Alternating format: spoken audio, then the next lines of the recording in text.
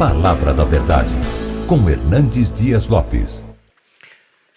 Meus amados irmãos, nós vamos abrir a Palavra de Deus no primeiro livro das Crônicas, capítulo 4. Primeiro livro das Crônicas, capítulo 4, versos 9 e 10.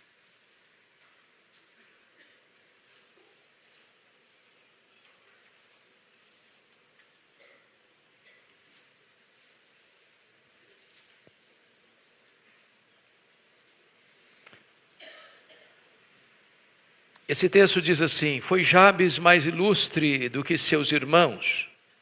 Sua mãe chamou-lhe Jabes, dizendo: porque com dores o dei à luz. Jabes invocou o Deus de Israel, dizendo: ó, tomara que me abençoes e me alargues as fronteiras, que seja comigo a tua mão e me preserves do mal, de modo que não me sobrevenha aflição. E Deus lhe concedeu o que lhe tinha pedido. Amém. Hoje é o dia da árvore, 21 de setembro. Amanhã, dia 22 de setembro, começa uma nova estação, a primavera. E o tema que eu gostaria de tratar hoje é uma nova estação na vida. Aqui tem a história de um homem da tribo de Judá. E a palavra Judá significa louvor. Porém, quando ele nasce, a sua mãe lhe dá um nome que significa sofrimento, dor. E esse homem, carimbado por esse nome, e no contexto de Israel, o nome é muito mais do que uma nomenclatura sonora bonita. Não é porque essa pessoa é parecida com fulano ou beltrano, ou para homenagear este ou aquele outro personagem, mas carregava uma mensagem. Esse rapaz é tratado aqui como mais nobre do que seus irmãos. Essa lista genealógica de Judá tem 44 nomes. E ele se distingue entre os seus irmãos como mais nobre. Muito embora tenha recebido um nome tão complexo, tão difícil, porque o seu nome marcava o sofrimento da mãe.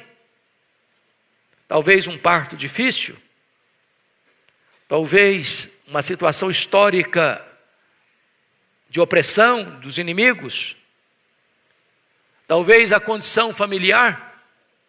O certo é que quando ele recebe esse nome, ele recebe um estigma de dor. E ele era um monumento vivo dessa dor. Sempre que alguém chamava o seu nome, vinha à sua memória uma história de sofrimento da mãe. Sofrimento que ele causou à mãe, talvez ao nascer. E inconformado com isso, e desejoso ver um novo horizonte na sua vida, um novo futuro se abrir diante dele, é que ele toma uma decisão. A decisão de orar a respeito disso. A decisão de chegar para Deus e pedir para Deus mudar a sua sorte. E gerar uma nova estação na sua vida. Ele queria mais bênçãos de Deus. Ele queria mais influência na sua geração. Ele queria a presença de Deus com ele. Ele queria a proteção divina sobre a sua vida. E a Bíblia diz que Deus atendeu ao pedido de Jabes. A vida dele me inspira a não se conformar com o caos, a não aceitar passivamente a decretação da derrota, a não ser uma projeção das dores dos nossos pais, a não achar que aquilo que foi imposto a nós tem que ser o nosso destino daqui para frente. Que Deus pode mudar a nossa história. Que Deus pode mudar o rumo da nossa jornada. Que Deus pode intervir e fazer milagres na nossa vida, ainda que a nossa vida seja carimbada pelo sofrimento. Deus é poderoso para mudar os rumos da nossa vida. Foi isso que um dia o jovem Dwight Lyman Moody ouviu, quando entrou numa igreja. Ainda jovem ele era. E o pregador disse: o mundo está para ver o que Deus pode fazer com um homem totalmente entregue em suas mãos. E aquele rapaz disse: meu Deus, eu quero ser esse homem. E o foi. Porque aquele jovem levou a Cristo mais de 500 mil pessoas. Eu não sei qual é a sua história até hoje. Eu não sei que legado você carrega. Eu não sei que expectativa seus pais nutrem ou nutriram a seu respeito. Eu não sei quão dramática é a história da sua família. Eu não sei em que contexto você nasceu. Mas eu sei que Deus pode criar uma nova estação na sua história, na sua vida, a partir desta manhã.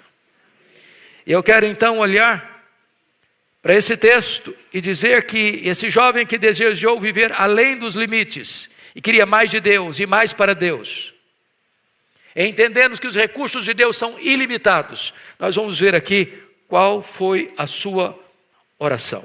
Primeiramente, notem comigo o versículo de número 10. Jabes invocou o Deus de Israel dizendo: ó, tomara que me abençoes. Quem de nós não deseja a bênção de Deus? Quem de nós não precisa da bênção de Deus? Quem de nós não compreende que a bênção de Deus é melhor do que qualquer outra coisa na vida? Dentro da nossa cultura, nós temos o hábito de filhos chegarem a pai e mãe e dizer: bênção pai, bênção mãe. Eu fico até triste porque essa cultura está acabando, né? Parece que as crianças hoje têm um pouquinho de dificuldade de pedir bênção a pai e mãe. Os de cabecinhas brancas aqui lembram dessa cultura e a gente não podia fazer outra coisa, não é verdade? Por entender que os pais são autoridades sobre nós. E quando eles abençoam a nossa vida, nós estamos debaixo da bênção do próprio Deus.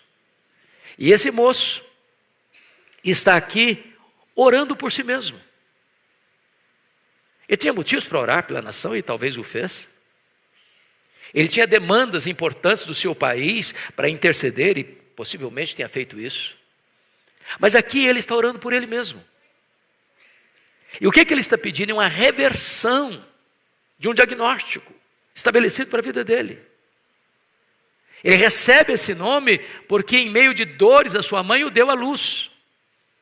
E ao longo da sua vida ele teria que carregar esse fardo, esse peso, essa sentença, esse diagnóstico. E ele está aqui orando a Deus: Deus, muda a minha sorte, Deus, muda a minha vida, ó, tomara que me abençoes. O que ele está pedindo? Não dor, mas bênção. E esse sofrimento dele, a história dele começa com o seu nome. Significa dor, sofrimento. Qual é o seu nome? Qual é a sua história? Como é que tem sido a sua jornada? Esse nome não só descrevia o seu passado, esse nome lançava luz para o seu futuro. O nome era uma espécie de desejo ou profecia. E ele está pedindo a Deus: Deus, eu não quero carregar esse fardo do passado e eu não quero ter essa projeção para o futuro. Então me abençoe, meu Deus. Me abençoe. Eu não quero viver uma história de dor, eu não quero viver uma história de fracasso, eu não quero viver uma história de aflição, eu não quero carregar esse peso, eu não quero carregar esse estigma. Então Deus, abençoe minha vida. Eu preciso da tua bênção. Veja que esse pedido é pessoal e esse pedido é urgente. E eu quero encorajar você hoje a pedir para Deus abençoar você. Eu sei que você é uma pessoa abençoada. Eu sei que você já é abençoado com toda a sorte de bênção em Cristo Jesus. Mas talvez tenha uma área da sua vida que tem um peso aí, que tem uma dor aí, que incomoda você aí. Talvez tenha algo aí na sua árvore genealógica ou na sua linha familiar que ainda incomoda você, que ainda mexe com as suas emoções. E hoje é uma hora oportuna de você apresentar essa causa diante de Deus e dizer: meu Deus, tomara que me abençoes. Deus pode mudar seu nome, não talvez a sua nomenclatura, como fez com Jacó. Quando Jacó recebe esse nome, suplantador, agarrado no calcanhar do irmão, ele viveu até os 97 anos carregando esse estigma. Quando ele enganou seu pai, traiu seu irmão, a pergunta de Esaú foi: não é por isso que o nome dele é Jacó? Mas aos 97 anos, lá no Val de Jaboque, Deus perguntou para ele: qual é o seu nome? Há 20 anos passados, Isaac havia perguntado para ele: qual é o seu nome? E ele respondeu: meu nome é Esaú. Ele mentiu. Agora Deus está perguntando: qual é o seu nome? E ele reconhece: eu sou Jacó. Eu sou um suplantador. Essa tem sido a minha história até hoje. E Deus disse: pois você não vai chamar mais Jacó, você vai ser chamado de Israel daqui para frente. Você é um príncipe de Deus. Você lutou com Deus e prevaleceu. A sua história está sendo mudada. A sua história está sendo transformada. O seu passado está sendo varrido e banido. E a tua história vai começar um novo ciclo daqui para frente, uma nova estação, uma primavera de Deus vai surgir na sua vida. Jabes reagiu. Às vezes nós queremos dar marcha ré, como fez Noemi. Noemi chama ditosa, feliz. E ela sai de Belém, a casa do pão, vai para Moabe, talvez buscando sobrevivência. E lá ela encontrou o quê? Encontrou a doença do seu marido, a morte do seu marido. O que é que ela encontra em Moabe? A doença de Malom e Quilion, seus filhos, a morte de Malom e Quilion, seus filhos. Lá em Moabe ela fica viúva. Lá em Moabe ela fica desamparada, humanamente falando. E então diz a Bíblia que, tendo Deus lembrado-se de Belém, da casa do pão, dando pão na casa do pão, ela volta. Viúva, pobre, velha, 10 anos depois. E ela, ao ser abordada pelas suas conterrâneas, disse: não me chamem mais de Noemi, eu não sou mulher feliz, me chamem de Mara, estou amarga, eu estou triste, eu estou até revoltada com Deus, porque Deus pesou a mão sobre mim. Em nome de Jesus, eu conclamo você nesta noite, nesta manhã, a tirar de sobre você o peso, o estigma, a dor, o sofrimento que talvez lhe foi imposto e começar uma nova fase, uma nova estação na sua vida. Deus pode abençoar você. O nosso Deus é o galardoador daqueles que o buscam. Ó, tomara que me abençoes. A bênção de Deus satisfaz. A bênção de Deus é a sua graça, que já lemos aqui hoje, é melhor do que a própria vida. Bom, o que mais ele pediu? Vamos ver o versículo 10. Segundo lugar: ó, tomara que me abençoes e me alargues as fronteiras. O que ele quer dizer com isso? Me alargues as fronteiras. Esse homem quer mais influência. Ele quer ser mais útil. Ele quer fazer mais coisas. Ele não quer viver dentro de uma limitação, de uma prisão, talvez não geográfica, mas emocional, espiritual. Meu amado irmão, o que eu quero dizer para você é o que está lá em Efésios, capítulo 3, versículo 19, que você pode desfrutar de algo tão grande, tão ilimitado humanamente falando, que Deus tem mais, muito mais. Você pode conhecer, experimentar e ser tomado de toda a plenitude de Deus. E se você acha que isso é impossível, a própria Escritura diz em seguida: ora, aquele que é poderoso para fazer infinitamente mais do que tudo quanto pedimos ou pensamos, conforme o seu poder que opera em nós. Então não permita que as limitações cerquem você, dizendo: eu não posso, eu não vou, eu não consigo, eu não realizo. Deus pode levantar você, Deus pode levantar a sua história para fazer coisas grandes, inimagináveis, humanamente impossíveis para a glória de Deus. Você pode ter mais influência. Talvez possamos orar hoje: Deus, eu quero mais de ti, mais para ti. Eu não quero, meu Deus, viver uma vida limitada, fraca, infrutífera, sem poder, sem influência. Para um pouquinho para pensar quantas pessoas você pode tocar, quantas pessoas você pode abençoar, quantas pessoas você pode influenciar. Permita-me uma brevíssima sugestão. E uma pergunta, e não tenha, se você tiver, pode levantar a mão. Quem aqui neste templo usa redes sociais? Todo mundo. Quem sabe você possa, uma vez por dia, colocar lá no seu Instagram, ou no seu Facebook, ou no seu TikTok, ou no seu Kawaii, um versículo da Bíblia. Às vezes a gente põe tanta coisa, brincadeiras, piadas, críticas à política, à economia, aos governantes, aos governados, mágoas, ressentimentos, revoltas. Eu coloquei já há muito tempo, desde o início, as minhas mídias sociais, consagrando-as totalmente para levar a palavra de Deus. Embora eu esteja aí acompanhando tudo, mas tudo que eu ponho é para levar o Evangelho. Você já pensou se nós multiplicássemos isso, cada um fazendo uma parte? Você não sabe onde essa mensagem vai cair. Você não sabe a quem essa mensagem vai alcançar. Você não sabe a situação de dor que uma pessoa pode estar na hora que abrir lá e ler um versículo das Escrituras. Peça para Deus mais influência. Peça para Deus para alargar o seu território. Peça para Deus estratégias para você alcançar a sua parentela, para você alcançar os seus vizinhos, para você alcançar o seu condomínio, para você alcançar o seu bairro. Peça para Deus: Senhor, alarga a minha visão, alarga minhas fronteiras, alarga o meu ministério, amplie os meus horizontes. Senhor, eu quero mais, eu preciso de mais, eu não quero ficar aqui limitado, não, Senhor. Ajuda-me a ser uma bênção maior para o mundo.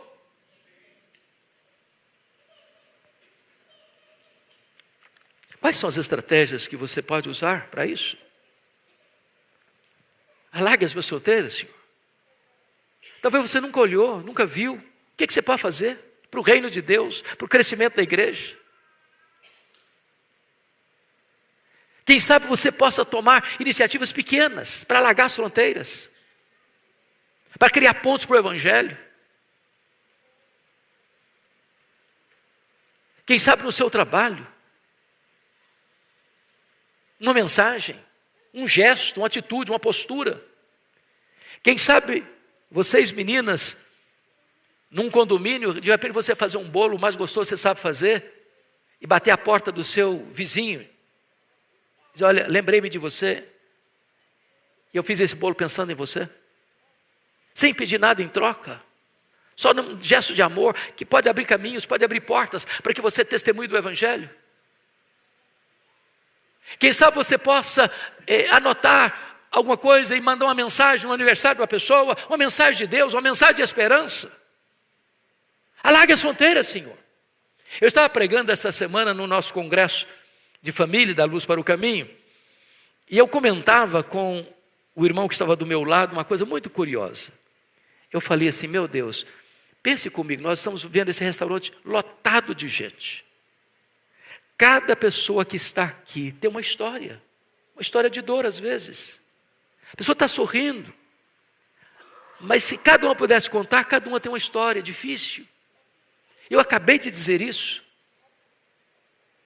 A moça que estava atendendo as mesas atrás de mim, e ela não escutou a minha conversa, porque eu estava numa conversa muito próxima com a pessoa, se aproximou e disse: eu estou vendo que vocês são gente de Deus. O senhor podia orar por mim? Falei: e por que razão? Ela disse: estou enfrentando uma grande depressão. Grande depressão. Eu disse: eu vou orar agora. Ela disse: mas eu não posso orar com o senhor aqui, que se meu patrão me ver, ele não vai gostar. Eu estou trabalhando. Eu disse: vem cá, o seu patrão é meu amigo, e é mesmo. Eu vou orar com você. Chamei ela para um cantinho lá para dentro, orei por ela, falei: eu vou lhe dar um livro para você ler. E essa menina abriu um sorriso. No outro dia eu encontrei na rua, levando o filho, trazendo o filho da escola. Falei: como é que está? Eu estou bem, e já estou falando para meus vizinhos todos que eu estou lendo um livro, está abençoando o meu coração. Eu estou tendo esperança. Abra os olhos para você ver as pessoas à sua volta. Peça a Deus uma oportunidade para você testemunhar para elas. Alargue as minhas fronteiras, Senhor. Me ajuda a ser uma bênção na minha casa, na minha parentela, nos meus vizinhos, no meu trabalho. Me ajuda, Senhor, a falar do teu nome para o taxista, para o dono, para o carro do Uber, para as pessoas do supermercado, da loja, da farmácia. Ajuda-me, Senhor, alarga as minhas fronteiras. É isso que esse homem está querendo para Deus. Terceiro pedido dele. Ele pediu mais da presença de Deus em sua vida. Olha o versículo 10, quando ele diz assim: que seja comigo a tua mão. Que seja comigo a tua mão. Notem que ele não está pedindo influência no sentido de ser rico, ser famoso. Não é isso. Ele compreende uma coisa, que a presença de Deus é a maior necessidade da vida dele. A presença de Deus. Eu quero da tua presença, Senhor. Eu quero que a tua mão seja comigo. E a presença de Deus é a maior necessidade que nós temos. Ele está querendo uma vida abundante, Ele está querendo uma vida frutífera, Ele está querendo horizontes mais largos, Ele está querendo descobrir que a presença de Deus é que satisfaz a sua vida. Sem a presença de Deus, meus irmãos, as maiores vitórias da nossa vida terão sabor amargo. Foi por isso que quando Deus disse para Moisés, diante do pecado e da rebelião da nação, Deus disse para Moisés: olha, Moisés, eu vou cumprir minha promessa, eu vou levar esse povo à terra prometida, eu vou escalar um anjo para conduzir vocês à terra prometida, eu vou dar vitória para vocês diante de todos os inimigos, eu vou dar a vocês tudo o que eu prometi, mas a minha presença não vai com vocês. E Moisés respondeu: Senhor, se a tua presença não vai conosco, não nos faça sair deste lugar, porque anjo é bom, mas não é suficiente, a terra prometida é boa, mas não é suficiente, uma vitória e vitórias muitas sobre os inimigos é importante, mas não é suficiente. O que nós precisamos é da tua presença, é da tua presença. Ó, que seja comigo a tua mão, Senhor. Jabes compreendeu que não podia fazer grandes coisas para Deus sozinho. Não é por força, não é por poder, é pelo meu espírito, diz o Senhor dos Exércitos. Pastor Arival pregou hoje de manhã aqui e enfatizou esse fato: sem mim, disse Jesus, nada podeis fazer. Jesus prometeu para você e para mim: eis que eu estou convosco todos os dias até a consumação dos séculos. O apóstolo Paulo diz em 2 Coríntios capítulo 3, versos 4 a 6, a nossa suficiência vem de Deus. Então o que eu mais preciso, o mais necessito, é da presença de Deus. É da presença de Deus. Quando o missionário inglês David Livingstone saiu da Inglaterra e foi para a África, ele trabalhou a vida toda na África. Certa feita ele foi atacado por um leão na África e perdeu a mobilidade do seu braço direito. E permaneceu na África. E quando alguém lhe perguntou: o que motivou você a continuar na África? Apesar de tantos problemas, de tantas lutas, de tantas adversidades, até de um ataque de um leão. Ele respondeu: é a plena consciência de que Jesus está comigo. É a presença dele comigo. Às vezes a gente faz as coisas, mas sem o senso da presença dele, sem a dependência dele. E este homem está aqui pedindo a presença de Deus sobre a sua vida. Mas o último pedido que ele fez, notem comigo no verso 10, ele pediu mais proteção divina, quando ele diz assim: e me preserves do mal. E me preserves do mal, de modo que não me sobrevenha aflição. Quando ele diz não me sobrevenha aflição, ele está dizendo: o meu nome carrega essa herança, esse legado, esse estigma. Em meio de dores darás à luz filhos, é o que Deus disse para Eva. E agora essa mãe, ao dar à luz a esse rapaz, a esse menino, coloca o nome dele de Jabes, porque no meio de muitas dores, muito sofrimento, muita angústia, talvez com risco da própria morte, o deu à luz. E isso era um estigma na vida dele. Ele disse: meu Deus, eu não quero que toda essa carga venha sobre mim. Então, meu Deus, me livre dessa aflição. me preserves do mal. O que você tem pedido para Deus? Sucesso? Projeção? Reconhecimento? Fama? Riqueza? Poder? Jabes está pedindo a proteção divina. Porque às vezes as pessoas alcançam o pináculo da fama e deslizam lá de cima. E sofrem reveses terríveis. Quantas quedas, quantos deslizes, quantos escândalos, quantas pessoas abandonando as fileiras, quantos abandonando o ministério, quantas pessoas feridas. E esse homem, reconhecendo todos os riscos ao seu redor, está dizendo: meu Deus, que tu me protejas, que tu me preserves do mal, que tu me livres do maligno, que tu mantenhas o inimigo longe de mim,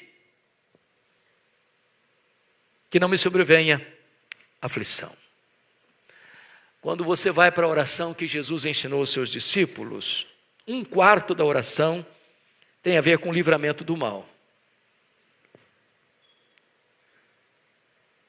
E a Bíblia, quando diz lá, me livres do mal, a palavra ali traz a ideia de maligno. Não é um mal apenas etéreo. É proteção do maligno, de seus laços, das suas armadilhas, das suas ciladas, dos seus ataques, da sua fúria. Livra-nos do maligno. Mantenha, Senhor, a tentação fora de mim, longe de mim. Mantenha, Senhor, o inimigo longe de mim. É isso que este homem está pedindo para Deus. Mas vejamos finalmente o que está escrito no verso 10, na parte B. E Deus lhe concedeu o que lhe tinha pedido. Toda a igreja comigo lendo essa frase. E Deus lhe concedeu o que lhe tinha pedido. Deus responde a oração. Deus muda o placar do jogo. Deus vira a mesa da história. Deus cria uma nova estação na nossa vida. Deus faz o que nós não podemos fazer.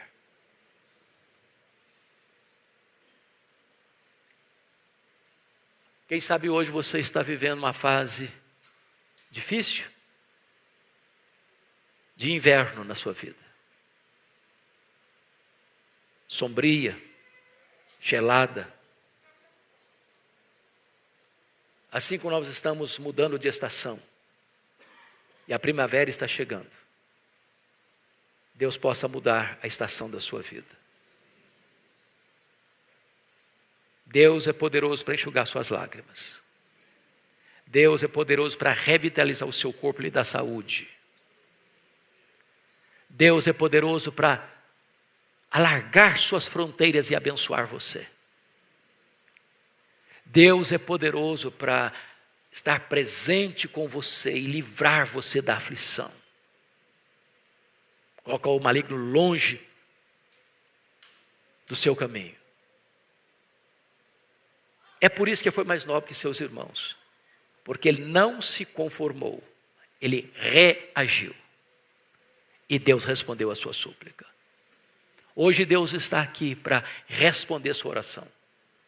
Você que tem passado dias difíceis. Você que tem sofrido. Você que tem chorado. Você que tem carregado um peso esmagador. Hoje é um tempo de primavera na sua história. Se você quer colocar sua vida diante de Deus para esse tempo novo, enquanto a igreja está assentada em oração, se é isso que você deseja, onde você está, você fique em pé. Eu quero orar em seu favor nesta manhã.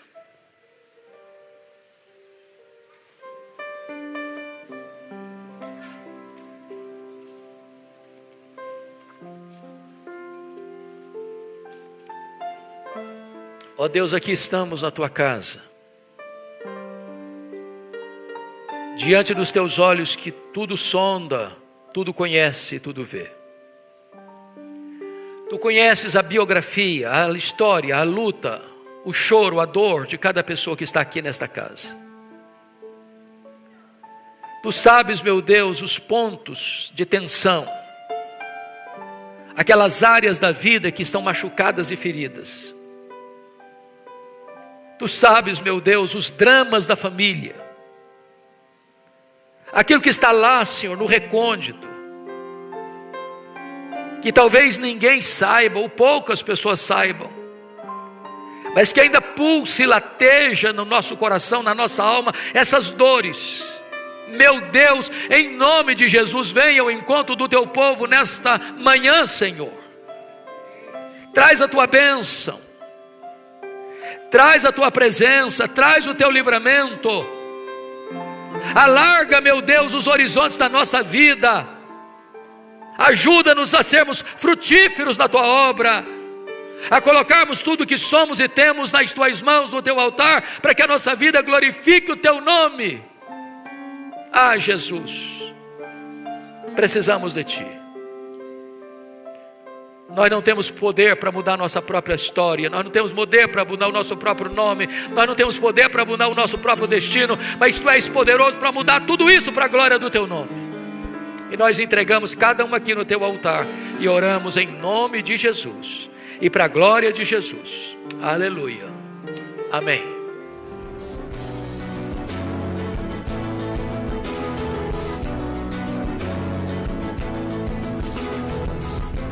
Palavra da Verdade, com Hernandes Dias Lopes.